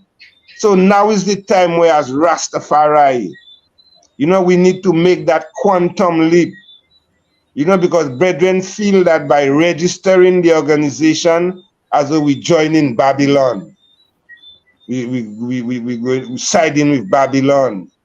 No, that's far from the truth, you know. The registration, all it does is just, I mean, just like the Bible says, give unto Caesar what is Caesar. The government of the day, they run the country. So within the country, they want to know exactly all what is happening within the country. So there are companies, business companies, there are faith-based organizations, or what we would call churches, and so on, denominations, etc. You know, so it's some kind of like some regulatory process which the government or whichever government have to establish within the country, where we have to just follow by, you know. All it would require is that probably at the end of every year, you have to probably give a financial report of whatever financial activities you are engaged with, you know, send your annual report, you know, to the registrar so that they could see that you operating above board. You know, that have nothing to do with our integrity to see whether we sell out or anything. So we continue to maintain our integrity as Rastafari. Our principles remain the same. Nothing changes. You know, so I would just want brethren and sistren to be more open-minded and realize that that is the way we need to go. Because we must learn from what happened in Shashamani. Yes. Yes. It's because the tabernacle was not registered in Shashamani. It went through what it went through there. That is true. The JRDC is registered. The Bobo Shanti is registered up there. It's the Nyabingi that is not. So now is the time we need to make those changes, you know. His Majesty was a businessman who also owned registered businesses in Ethiopia. He had trusts, the Haile Selassie Prize Trust, which was also an entity. So His Majesty used several different entities in order to develop Ethiopia. So those who are against registration are not consistent with the teachings of His Majesty. This is a doctrine that comes from a vain imagination. We have to Right. call it out as it is, because we have allowed detractors to slow the progress of Rastafari, because we need to have institutions and organizations in order to conduct business, in order to build the economic base. There are some that would have us stay in poverty, and not be able to to conduct business internationally and to move assets across borders and these things, which once you become across borders, you need entities, you need registered entities, you need liability protection, because if brethren are operating without registration, then you're open to be sued.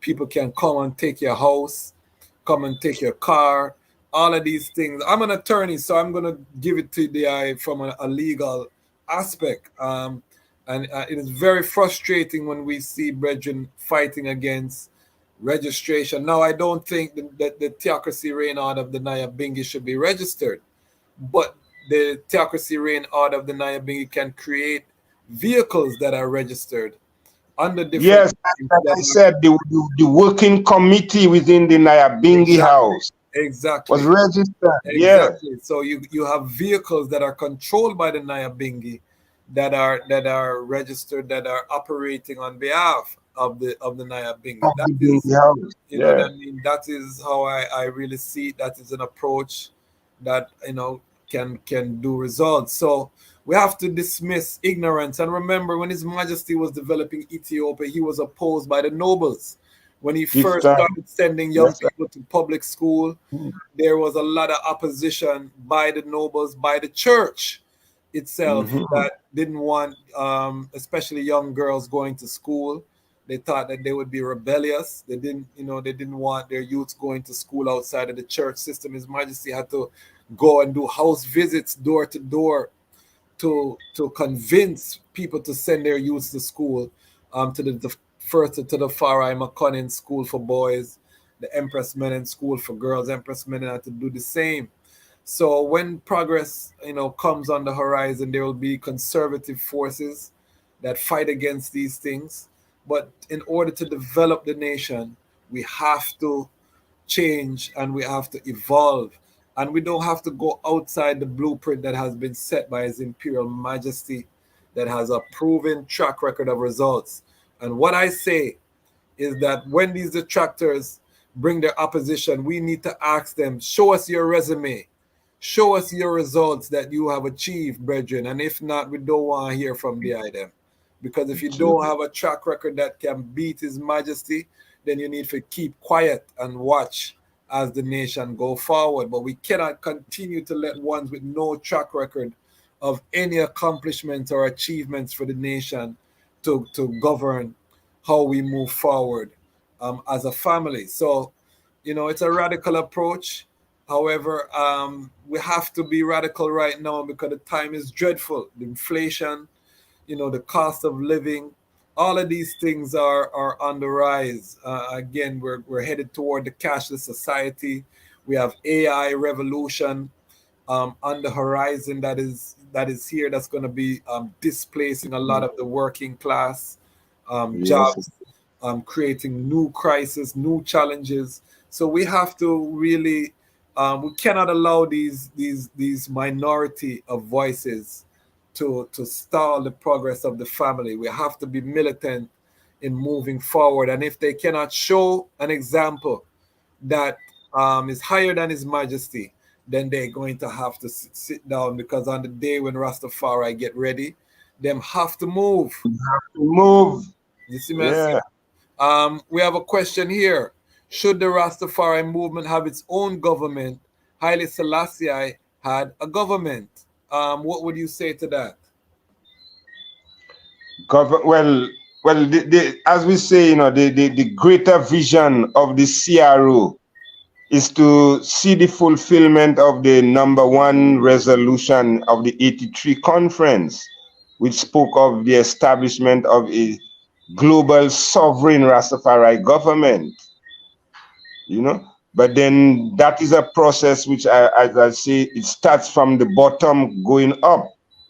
You know, it's not to say you will see the government there, and you know, it has to start with those different legal organizations in the different territories, the different countries, like the CRO. You know, even because presently the CRO and the RCC, which is the Rastafari Continental Council in Africa, we've established a memorandum of understanding to work together. Beautiful. You know, so we would have liked to see like the RCC become the, you know, the all-inclusive umbrella organ for the Rastafari community on the mainland. We within the Caribbean, CRO, then in Europe, they are in UK, you know, in Asia, there's Rastafari in all those communities. So all of them need to organize, because what His Majesty said, you know, to the mission in 1961, organize, centralize, and come as one. Yeah. So that one would represent the Rastafari global government. Beautiful, beautiful. And I love to hear that there's a form of organize and centralize, meaning the different mansions, the different groupings, organize yourselves, then centralize, and then come as one. give thanks. We're going to wrap up. We've been here almost 2 hours. Give thanks. If we'll take a couple of more questions. If there are any questions from the audience, we have 20 people watching live. Drop a comment or a question before we seal up. We have our elder Bongo Wisely, the chair of the Caribbean Ras Tafari Organization. I just learned that there's a formal MOU between the RCC and the CRO, which is the Rastafari Continental Congress. I'm very familiar with them. Big up Daddy Basco. We're going to have a representative on this platform as well very soon. So if you're not subscribed, if you're not subscribed to the channel, make sure you subscribe to the Lion Voice channel here on YouTube. If you haven't figured it out yet, we are the front line. We're bringing all of the frontline soldiers to the Lion Voice because we want to control our narrative.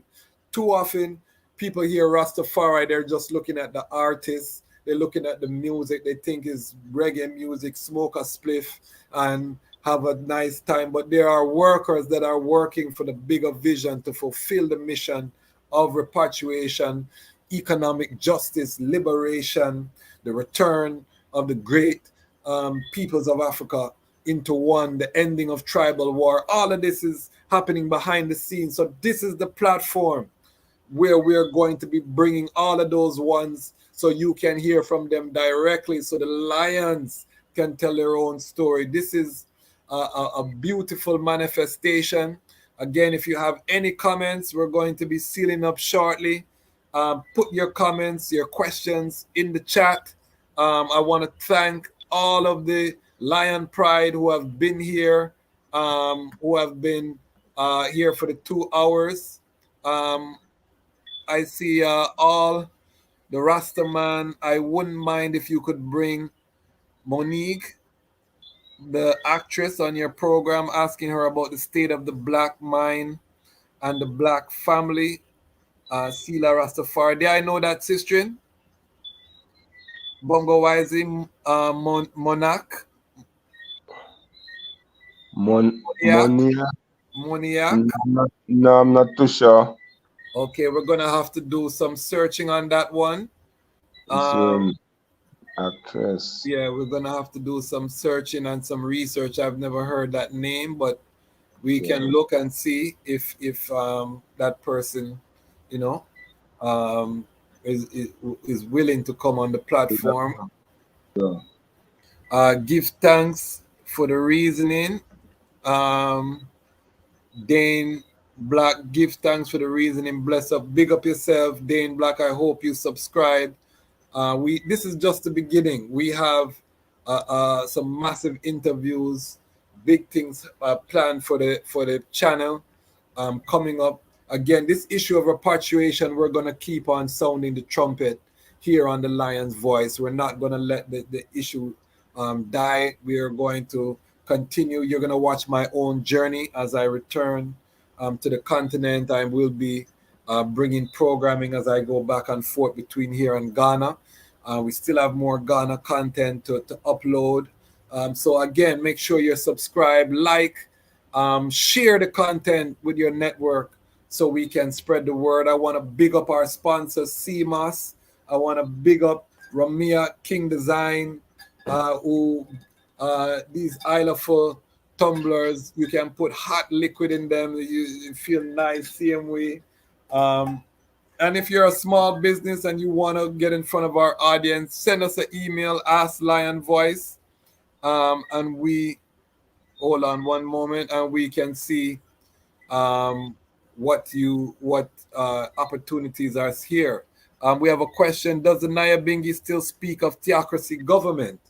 Bongo Wisely? Yes, yes, the theocracy government is still alive. Well, as you say, theocracy government means, well, a government which is governed by moral principles, you know? Yeah, as against the so-called democratic government where they have no moral values. They just do anything. It goes with Yeah, the majority. right. Yeah, And there's majority. and really democracy is just like communism. It's never really been practiced because you always have families or aristocracy or oligarchy that control these societies, even though it's purported to be the government of the people. So these Well, are the new definition for democracy now is that is the minority ruling over the majority, you know. that is true. That is true because the Yeah, minority of gender has become the main agenda over everything else. exactly. So that is very, very true. But yes, theocracy reign, and we argue that Ethiopia under His Majesty was a theocratic government because Haile Selassie was the head of the government, and he, with supreme power, and he was given the constitution. So it's where the creator, the laws of the country cannot go outside of that. There's no separation between the church and the state. The laws of the country cannot go out of those moral authority, of the creator. So, I know Nyabingia's moral theocracy reign from that time till this time. And we know that that will never change. That is immutable, as we would say, in terms of that principle. So, But we're, then I pray there, yeah, in terms of to make that theocracy government really functional, that's where land settlement comes yes, in, you know. important, important. Yeah, Um, I've heard reasoning about Pinnacle yes. being utilized, at least to start off that kind of a project, Uh, that would be good. there is a lot of plans that will be rolled out shortly. The RMO has land acquisition and development, on its agenda. So I know you'll hear on this very channel a lot of efforts that are taking place. The Coral Garden Benevolent Society is already started to administer land. They have a home for the elderly. We'll have a representative to talk about what they have done, what they have been promised. So again, if you're not subscribed and you want to know what really is going on with the Rastafari family globally, this is the platform. We're also going to have some Pan-African content as well, here on the channel. We're reaching the 2 hour mark. Bongo Wisely, any final sound that I would love to address the family? Yes, well, again, I want to give thanks, Bonsu, for the opportunity, to be on the Lions Talk, and for all those who've been listening. I give thanks for the opportunity. And well, as I say, the Rastafari movement, because since 1983, the blueprint for Rastafari unification was established, Yes, I. 1983, out of those 22-point resolution.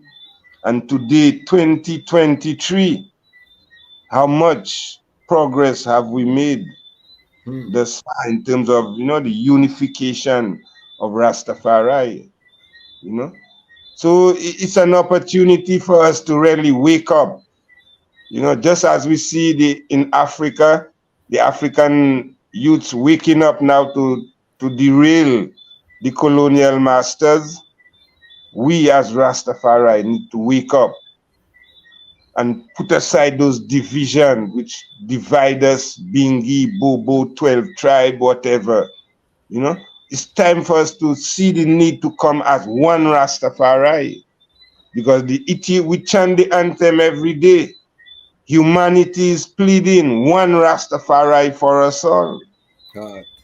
So how can we make that functional? Not just a talk. It have to be a reality. Yes, I. Yeah.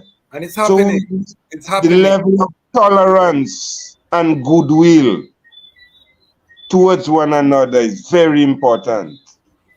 And I If want to that reiterate that it's one, happening, Bongo Wisely, and we have to spread the good news that it's happening. It may not be happening on the timetable that we would like, which is truly, immediately, but it's happening. So but again, sure. let the people know how they can contact the I.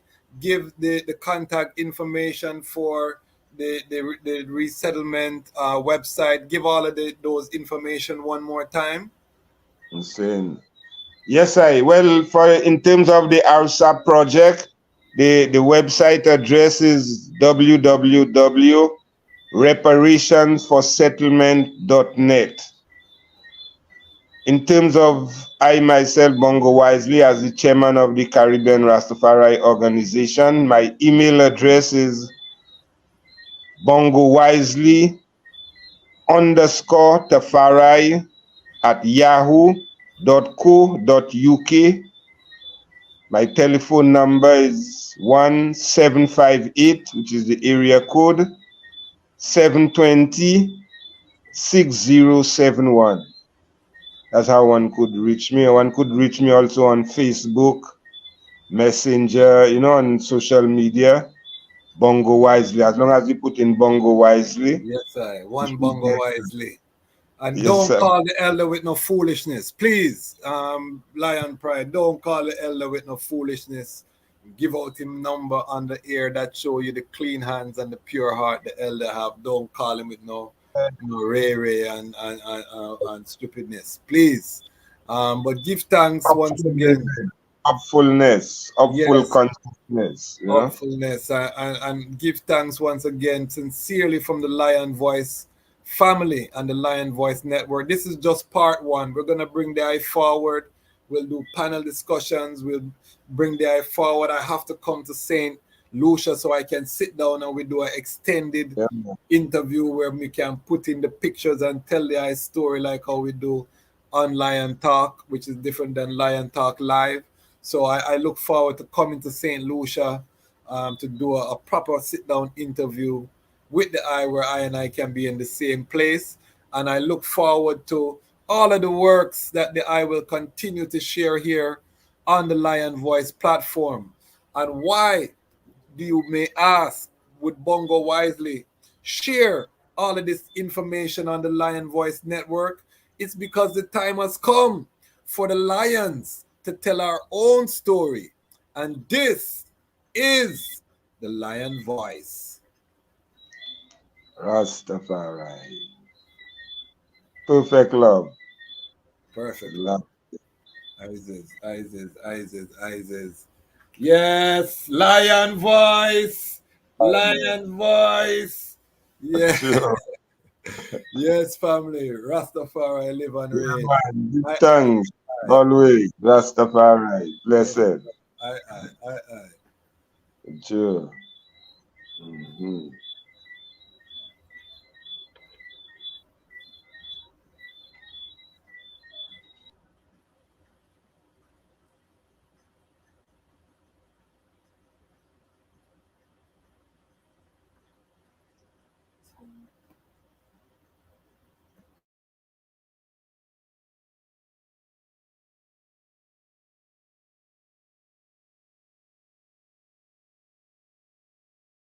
and tell the world who Queen Omega is.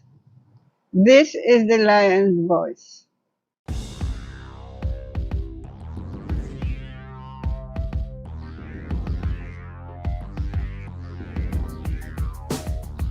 Well, lion voice, tell them that's the people first choice. Lion voice, make the lioness them feel nice. Lion voice, with the lion cubs we sacrifice. Lion voice, got to show the people them the life. Lion voice.